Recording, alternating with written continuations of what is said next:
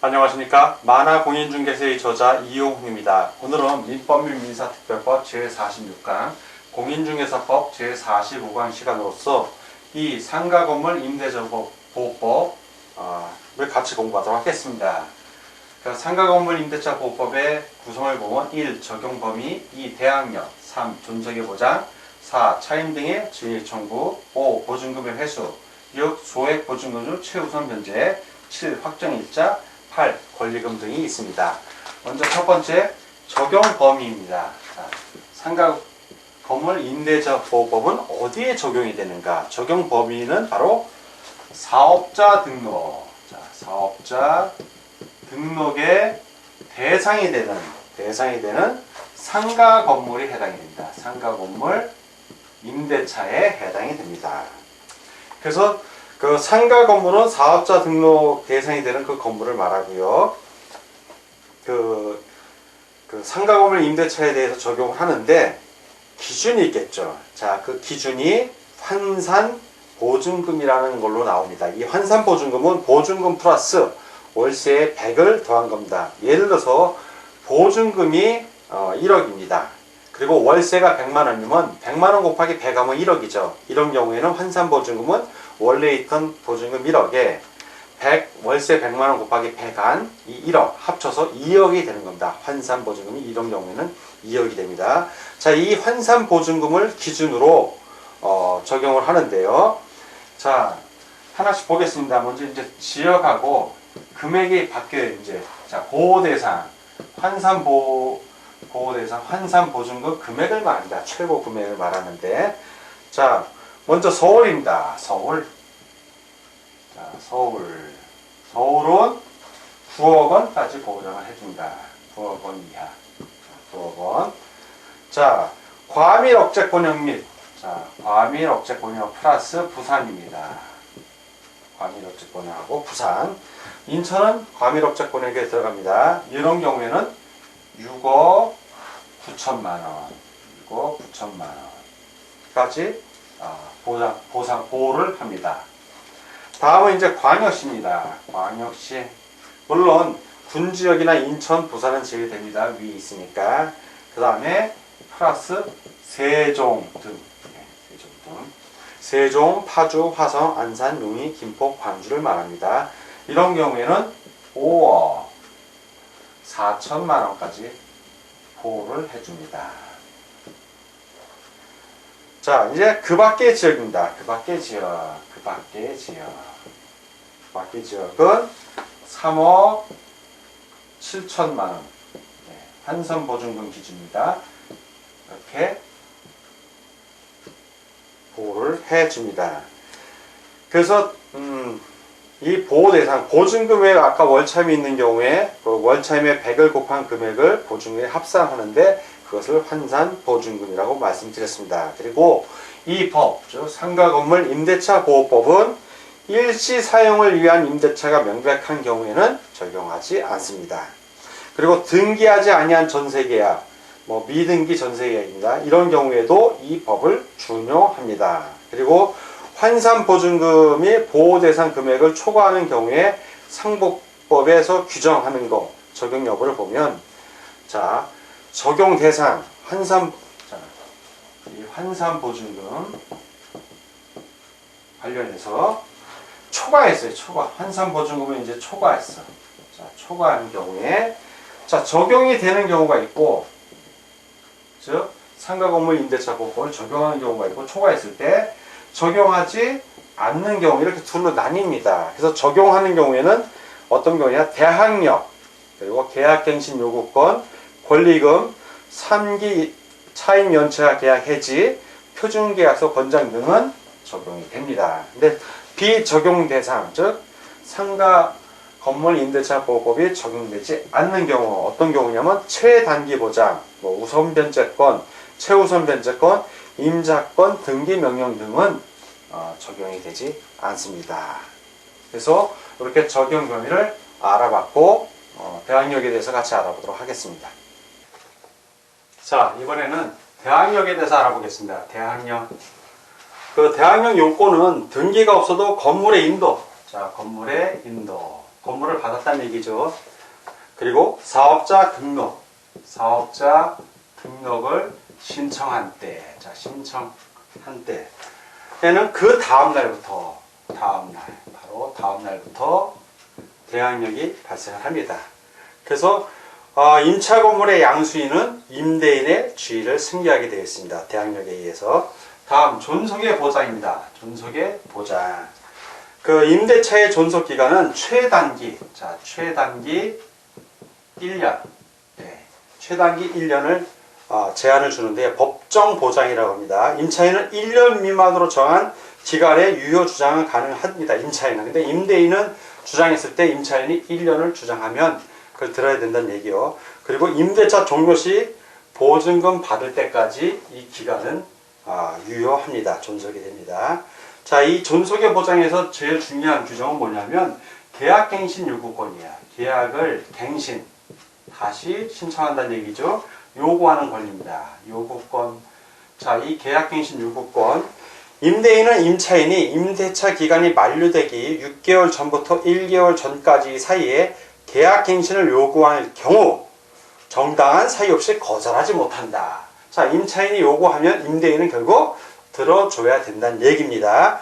임차인의 계약갱신 요구권은 최초 임대차 기간을 포함하여 전체 몇 년? 예, 10년입니다. 10년. 이 10년.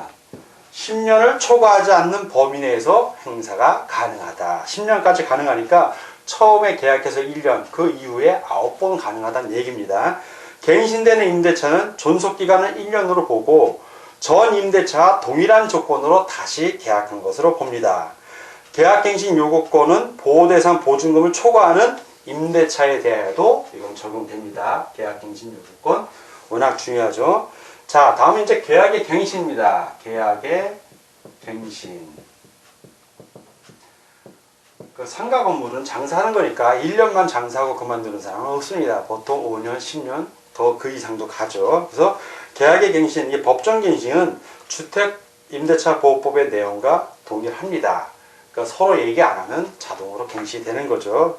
그 전임 그 계약 내용과 동일하게 되는데, 단 임차인이 3기의 차임 연체 시, 자, 여기서 중요한 거는 3기의 차임을 연체했을 때, 자, 연체를 하면 어떻게 되느냐?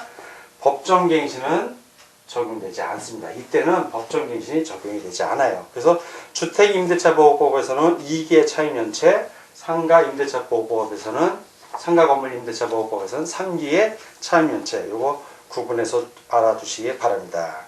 자, 경매에 의한 임차권의 소멸을 보면 임차권은 임차 건물에 대하여 민사집행법에 의한 경매가 행하여진 경우에는 그 임차 건물의 경락에 의하여 소멸한다.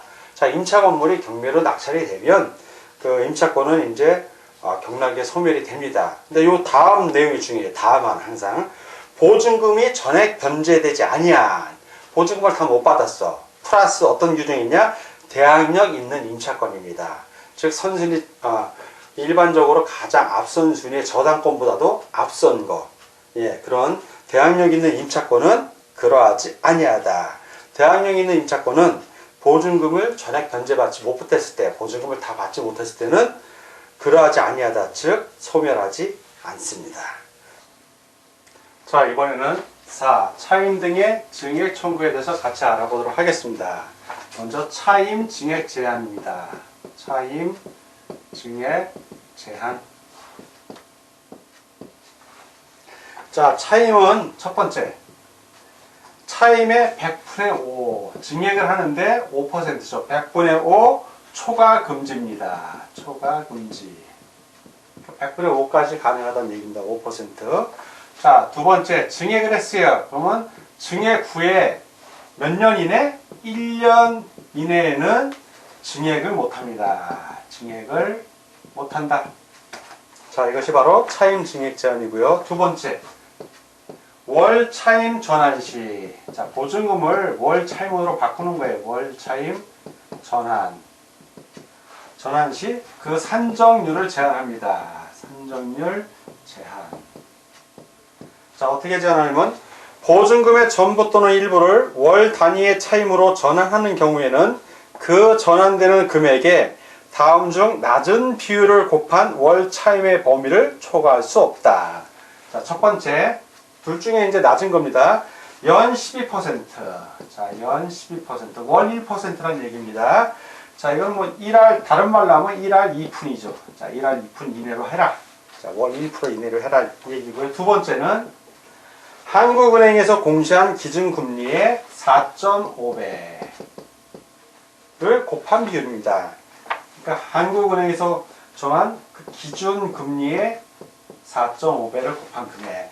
요거 중에서 낮은 거로 해라 이 얘기입니다. 낮은 거. 자, 이제 세 번째입니다. 세 번째는 폐업으로 인한, 자, 폐업을 하게 됐어요.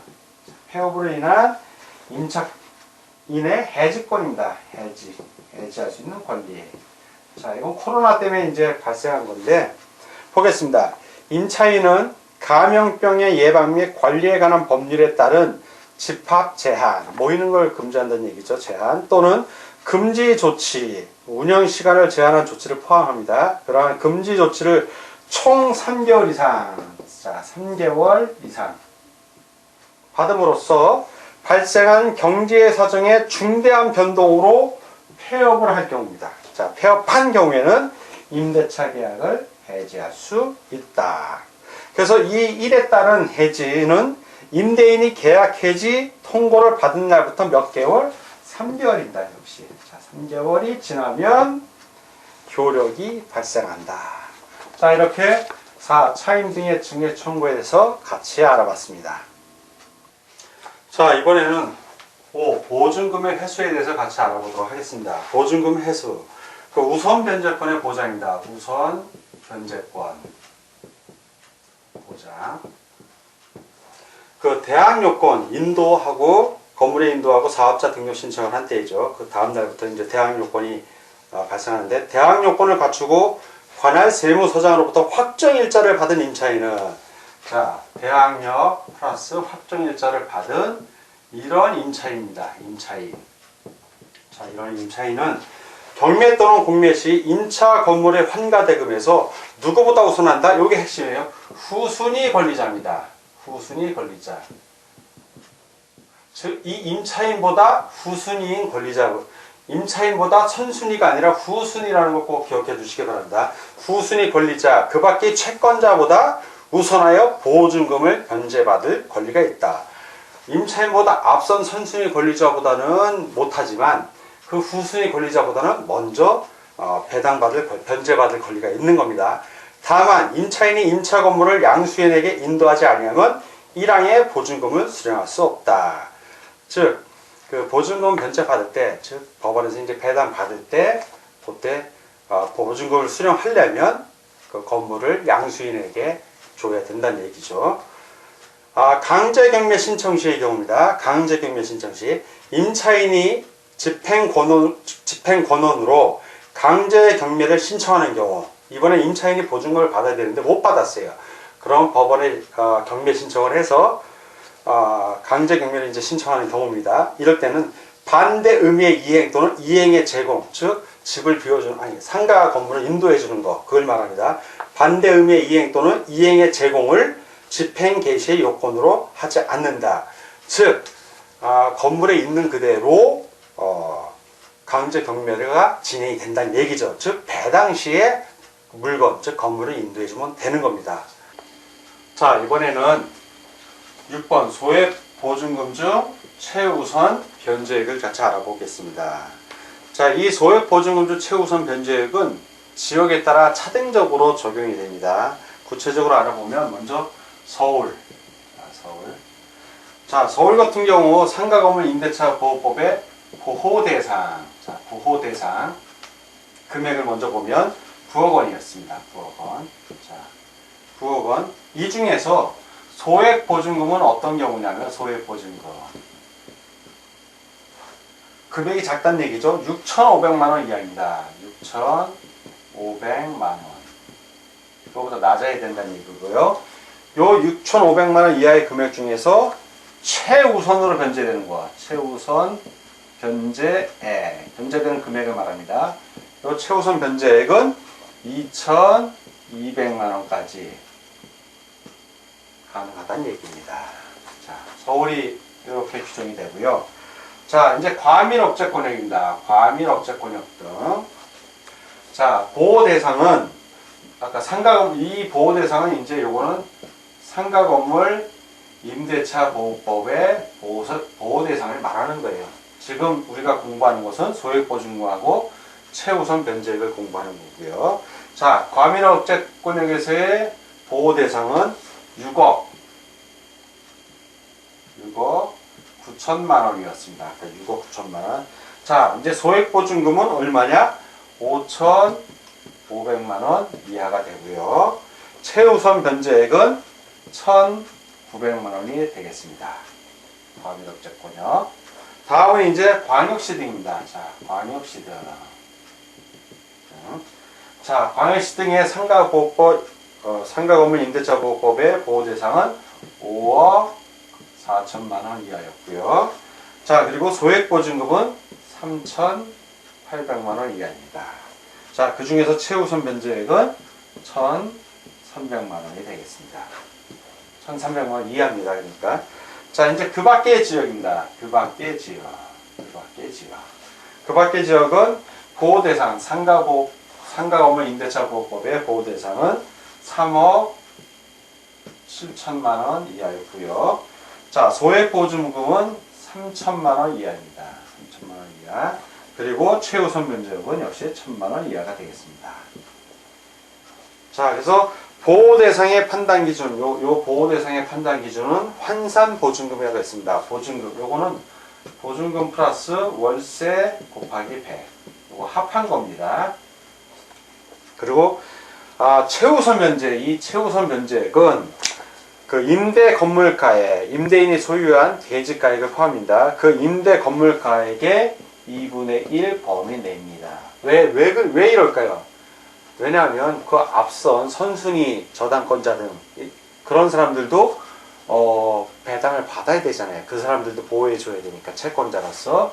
그런데 최우선 변제액 이분들도 보호해 줘야 되니까 후순위다 하더라도 이 소액보증금에 해당되는 경우에는 최우선 변제 요 범위 안에서 우선적으로 배당을 먼저 해주고 남은 거 갖고 나머지 저당권자들이 이제 배당을 받는다는 얘기입니다. 경매에 들어갔을 때.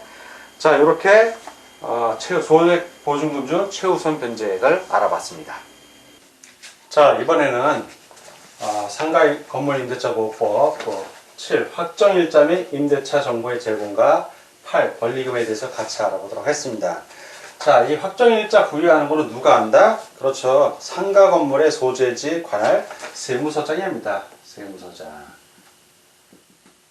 상가 건물 소재지 관할입니다. 그 세무서장이 부여를 하고, 당연히 관할 세무서장은 그 해당 상가 건물의 그 소재지, 확정일자, 부여일, 차임, 보증금 등을 이렇게 기재한 그 확정일자부를 작성을 해야 하죠.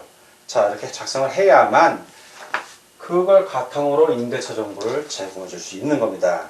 자, 물론 전산 정보 처리 조직을 이용할 수 있습니다. 자, 그리고 상가 건물에 대해서 임대차에 이해관계가 있는 자, 임차인 이제 들어갈 사람이겠죠.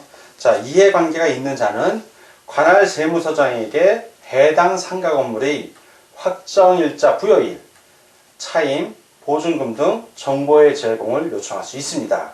이 경우 요청을 받은 관할 세무서장은 정당한 사유 없이 이를 거부할 수 없다. 자, 이 임차와 관련해서 해당 건물의 임대차에 관련해서 이해관계가 있는 사람이다. 자, 이해관계 있는 자. 자, 이해관계 있는 자가 관할 세무서장한테 상가 건물의 그 임대차 정보를 요청할 수 있다는 얘기입니다. 그런데 그냥 무작정 아무나 요청한다고 해주면 안 되죠. 자, 임대차 계약을 체결하는 자는, 자, 이해관계자, 임대차 체결을 하려는 자는 누구의 동의를 얻어야 된다? 그렇죠. 임대인이 동의를 해줘야 됩니다. 자, 임대인의 동의. 자, 임대인의 임대차 계약을 체결하려는 자는 임대인의 동의를 받아 관할 세무서장에게 상가 건물에 대한 임대차의 정보 제공을 요청할 수 있는 겁니다. 자, 다음은 8. 권리금입니다. 권리금. 자, 권리금은 보증금하고 다른 거죠. 그러니까 권리금은 보통 일반적인 통섭입니다. 영업행위를 하면 통상 인수하기 바로 직전에 3개월 정도의 그 월 매출 합한 금액을 권리금이라고 합니다. 뭐 이건 경우에 따라 다를 수도 있습니다.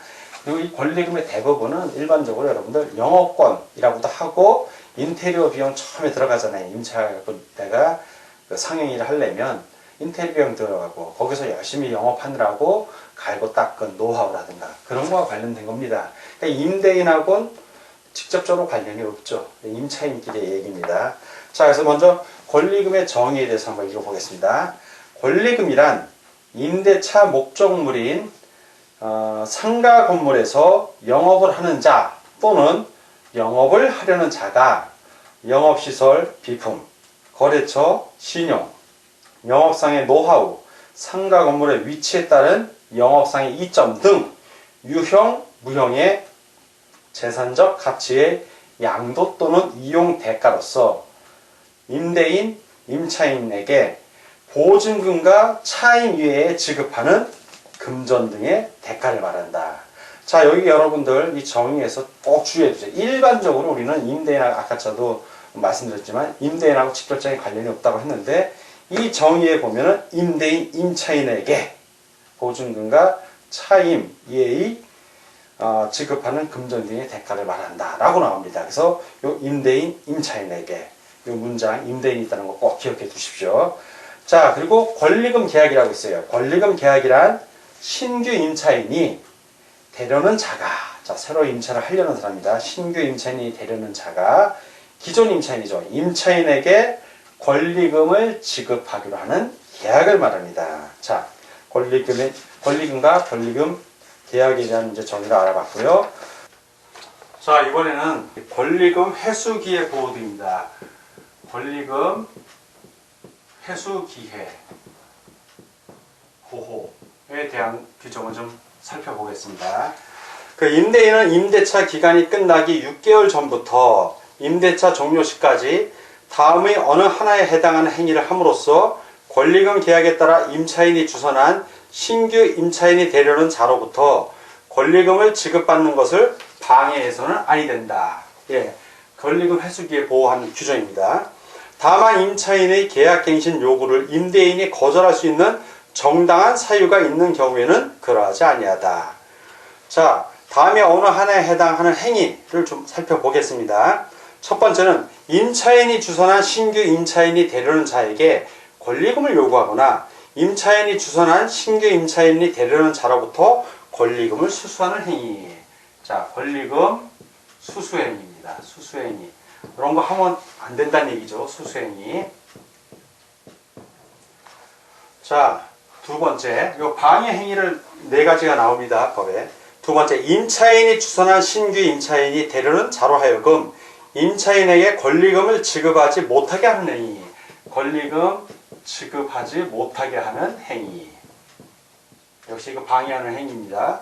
세 번째, 임차인이 주선한 신규 임차인이 되려는 자에게 상가 건물에 관한 조세, 공과금, 주변 상가 건물의 차임 및 보증금, 그 밖의 부담에 따른 금액에 비추어 현저히 고액의 차임과 보증금을 요구하는 행위.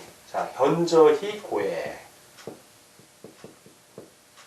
자, 네 번째입니다. 그 밖에 정당한 사유 없이, 정당한 사유 없이, 이게 중요합니다. 사유 없이 임대인이 임차인이 주선한 신규 임차인이 되려는 자와 임대차 계약의 체결을 거절하는 것.